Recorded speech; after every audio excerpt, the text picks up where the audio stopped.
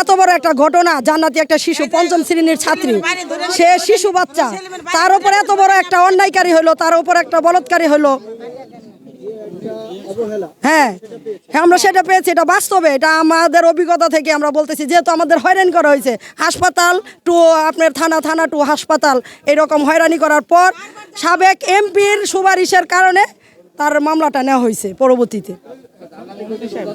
হ্যাঁ, জান্নাতি রোজা ছিল সেদিন।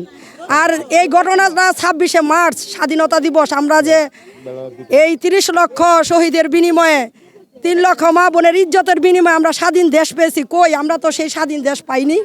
যদি আমরা স্বাধীন দেশই পাইতাম, তাইলে এই স্বাধীনতা দিবসে এইরকম একটা ধর্ষণ আমরা আশা করি নাই। ফাঁসি ফাঁসি ফাঁসি চাই, দর্শকের ফাঁসি চাই। আর আজকে নতুন না, ও আগে থেকেই খারাপ। এত ফাঁসি চাই। খারাপ, কারণ আমরা তো এলাকার মেয়ে, আমরা জানি যে ও আগে থেকে।